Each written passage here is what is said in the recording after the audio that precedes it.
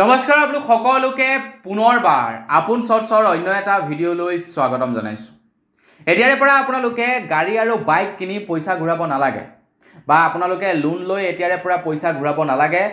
বিজয় মাল্লিয়া বা ডাঙৰ সেই যিবিলাক নেকি মানুহ আছিলে যিবিলাকে নেকি টকা লৈ বৰ্তমান সময়ত বিদেশত আছেগে তেওঁলোকৰ নিচিনাকৈ আপোনালোকে থাকিলে হ'ল, কাৰণ তেওঁলোকে হাজাৰ হাজাৰ কোটি টকা মাৰি দিছে ন।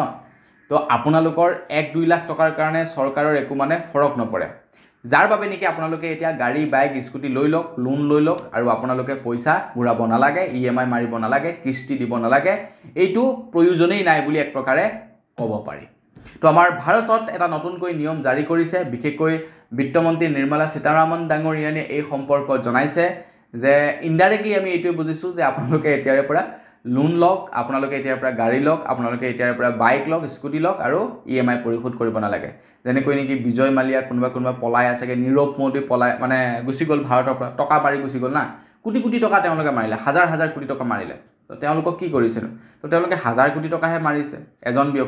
এজন ব্যক্তিকে যদি হাজাৰ কোটি টকা এৰি দিব পাৰে, আমাক 60,000 70,000 এৰি দিব পৰানো কি ডাঙৰ কথা, হয়নে নহয়? গতিকে ভিডিঅ'টো সম্পূৰ্ণকৈ চাওক, সকলোবিলাক তথ্য আপোনালোকক জনাম। তো মই শ্ৰী পাঞ্জল গগৈ, আপোনালোকে চাই আছে আপোন চৰ্চ। আহক আৰম্ভ কৰোঁ আজিৰ ভিডিঅ'। অসমত বৰ্তমান যিটো পৰিস্থিতি চলি আছে সেইবাবে আপোনালোকক লাইক কৰিবলৈও নকওঁ, কমেণ্ট কৰিবলৈও নকওঁ, আপোনালোকৰ মনৰ ইচ্ছা অনুসৰি যি কৰিবলৈ মন আছে ভিডিঅ'টোত কৰিব।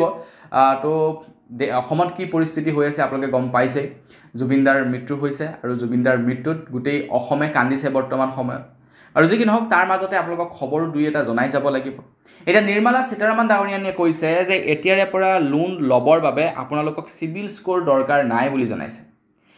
তেখেতে কৈছে now CIBIL score is not necessary for looking bank loans in India. মানে আপোনালোকক বেংকৰ পৰা লোন ল'বৰ বাবে এতিয়া চিভিল স্ক'ৰৰ প্ৰয়োজন নাই। আপোনালোকৰ চিভিল স্ক'ৰ নোহোৱাকৈ আপোনালোকে বেংকৰ লোন ল'ব পাৰিব, আৰু এই কথা কৈছে নিৰ্মলা সীতাৰামন ডাঙৰীয়ানীয়ে।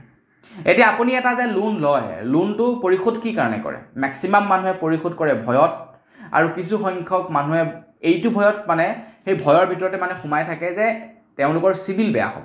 এইটো ভয় কৰে মানুহে যে মোৰ চিভিল বেয়া হৈ যাব, গতিকে ঋণটি মই পৰিশোধ কৰিবই লাগিব, কাৰণ নহ'লে মই ভৱিষ্যতে ঋণ নাপাম বা ভৱিষ্যতলৈ মই বস্তু নাপাম। সেই ভয়তে মানুহে ঋণ পৰিশোধ কৰে। কিন্তু এতিয়া কৈ দিছে যে চিভিল স্ক'ৰ দৰকাৰেই নাই বেংক লোন ল'বৰ বাবে, চিভিল স্ক'ৰ নোহোৱাকৈ বেংকৰ লোন ল'ব পাৰিব। ডেট মিনছ মানুহৰ এটা সাহস আহি গৈছে। যিবিলাক মানুহে নেকি চিভিল স্ক'ৰ বেয়া হোৱাৰ ভয়ত ঋণ পৰিশোধ কৰি আছিলে, সেই মানুহবিলাকে এতিয়া ঋণ পৰিশোধ নকৰিব।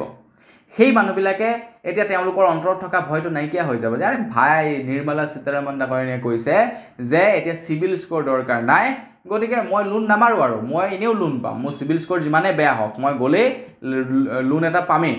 মানুহৰ মনত এইটোৱে তেতিয়া মানে এটা চিন্তাধাৰা আহি যাব ন।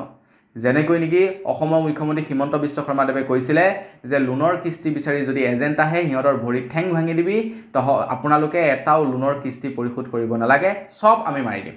কিন্তু তেওঁলোকৰ চিভিল জানো এতিয়া ভাল হৈ আছে?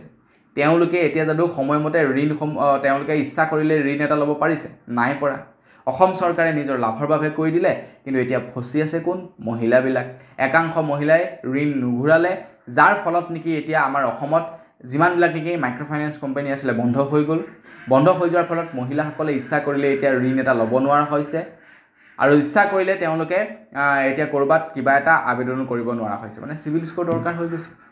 গতিকে বাৰু যি কি নহওক, সেই পজিটিভ নিগেটিভৰ বিষয়ে ক'বলৈ যোৱা নাই। মেইন কথাটো হৈ গ'ল যে আপোনালোকক এতিয়া চিভিল স্ক'ৰ প্ৰয়োজন নাই লোন ল'বৰ কাৰণে। এই কথা নিৰ্মলা সীতাৰামন ডাঙৰীয়ানীয়ে জনাইছে।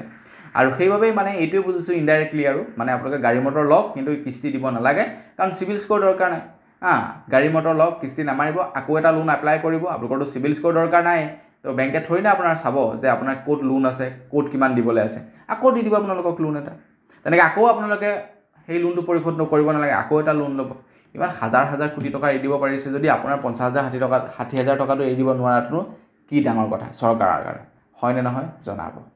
তো বন্ধু বিকল্প আজি ভিডিঅ' জনাবলৈ খবৰ ইমানটোৱে। খবৰটো জানি কেনে লাগিলে কমেণ্ট ছেকশ্যনত জনাব। পুনৰ এটা ভিডিঅ' লগ পোৱাৰ সাজিলে বিদায় মাগিছোঁ। ধন্যবাদ। জয় অসম।